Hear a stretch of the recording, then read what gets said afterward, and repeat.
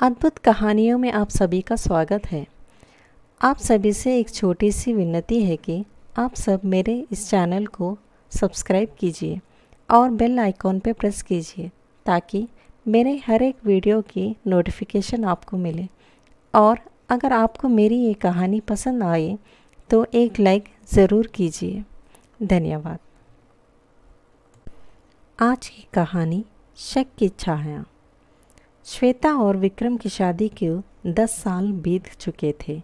उनकी ज़िंदगी में सब कुछ सामान्य और खुशहाल था।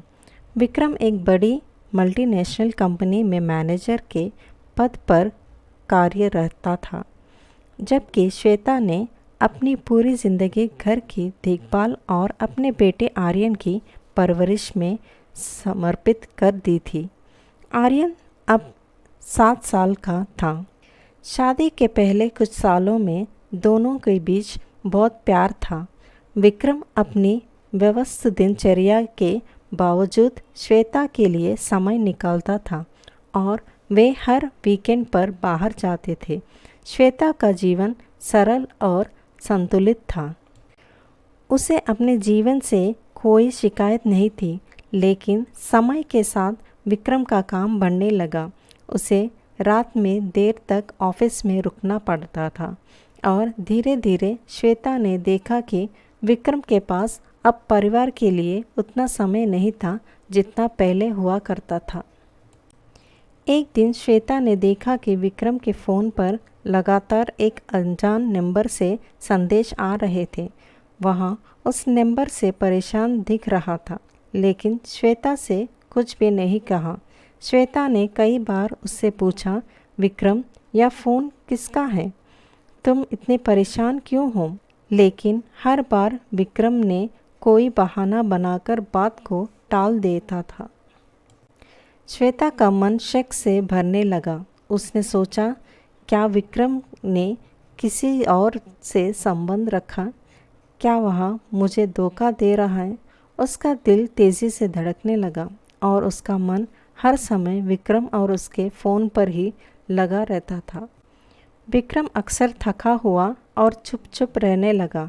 श्वेता ने इसे विक्रम के काम के तनाव का परिणाम समझा और सोचा कि जैसे जैसे समय बीतेगा सब कुछ सामान्य हो जाएगा।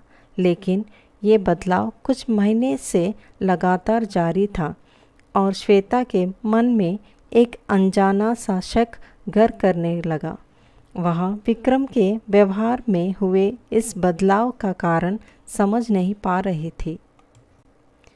एक शाम जब विक्रम घर आया तो वह बेहद थका हुआ लग रहा था।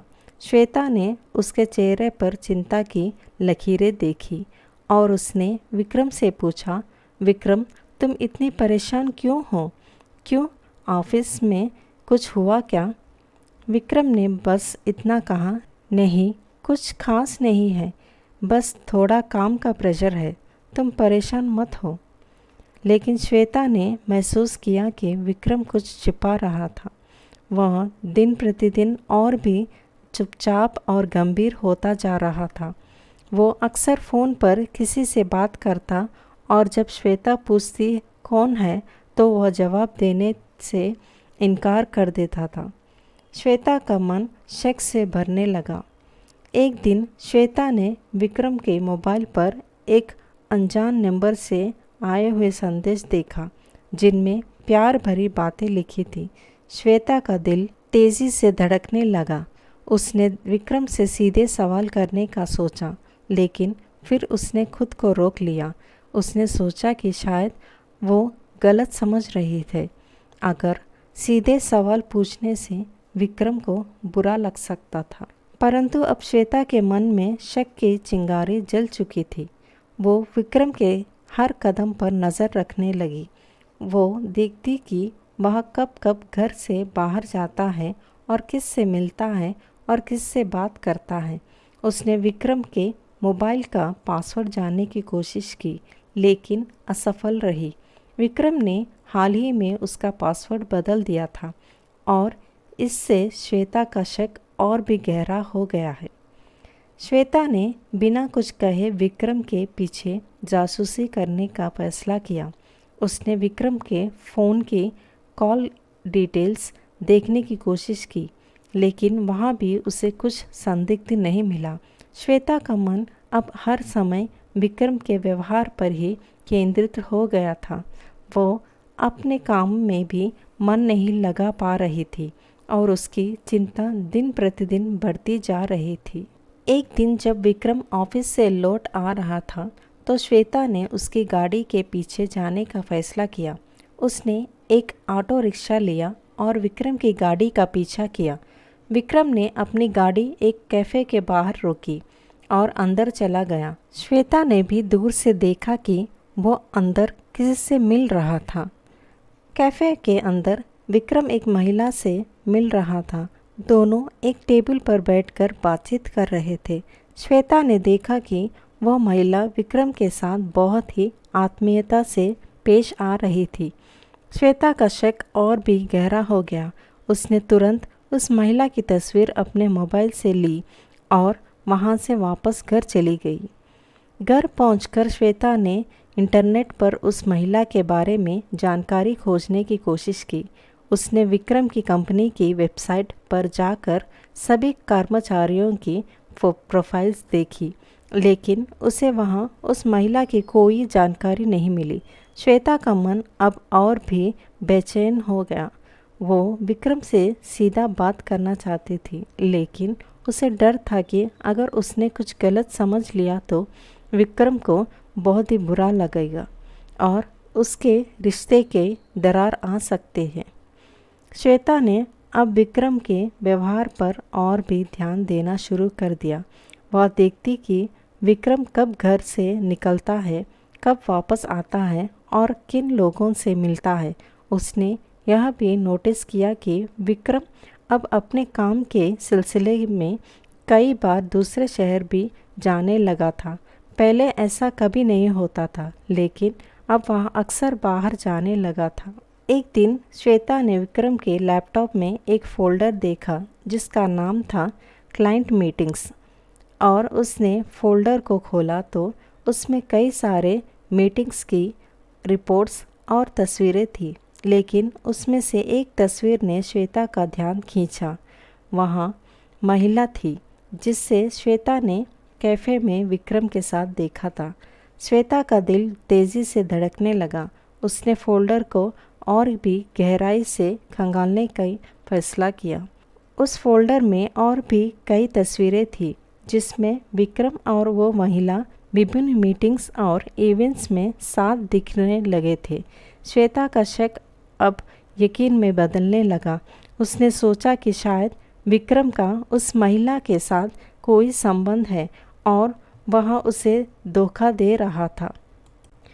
श्वेता का मन अब और भी बेचैन हो गया था। उसने सोचा कि अब वहाँ और चुप नहीं बैठेगी।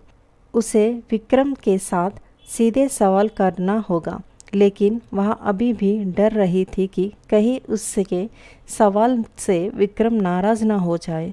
उसने इस बात को कई दिनों तक अपने मन में दबाए रखे, लेकिन उसके शक की आग अब और भी भड़क रही थी। उसने महसूस किया कि विक्रम कुछ छिपा रहा था और वह उसे बताने से डर रहा था। एक रात जब विक्रम घर आया तो श्वेता ने उसके चेहरे पर चिंता की गहरी लकीरें देखी। उसने महसूस किया कि विक्रम कुछ छिपा रहा था और वह उसे बताने से डर रहा है। श्वेता अब और चुप नहीं रह सकती थी। उसने सोचा कि अब समय आ गया है कि वह विक्रम से सीधे सवाल करे और सच जाने। श्वेता ने विक्रम से सीधे पूछा कि विक्रम, क्या तुम मुझसे कुछ छिपा रहे हो? मुझे सच बताओ, वो महिला कौन है जिसके साथ तुम कैफ़े में मिले थे? विक्रम कुछ पल के लिए चुप रहा। उसने श्वेता की आंखों में देखा और समझ गया कि वो कितनी परेशान है। उसने श्वेता को सच्चाई बताने का फैसला किया। विक्रम ने गहरी सांस ली और कहा, श्वेता, मैं तुमसे कुछ बात करना चाहता हूँ। वो महिला मेरी कंपनी की एक बहुत बड़ी क्लाइंट है। हम एक बड़े प्रोजेक्ट पर काम कर रहे हैं। और यह प्रोजेक्ट बहुत ही संवेदनशील है।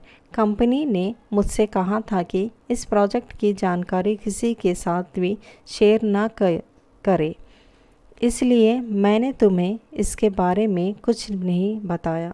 श्वेता ने थोड़ी राहत सी सांस ली, लेकिन उसका शक अभी भी पूरी तरह से ख़त्म नहीं हुआ था।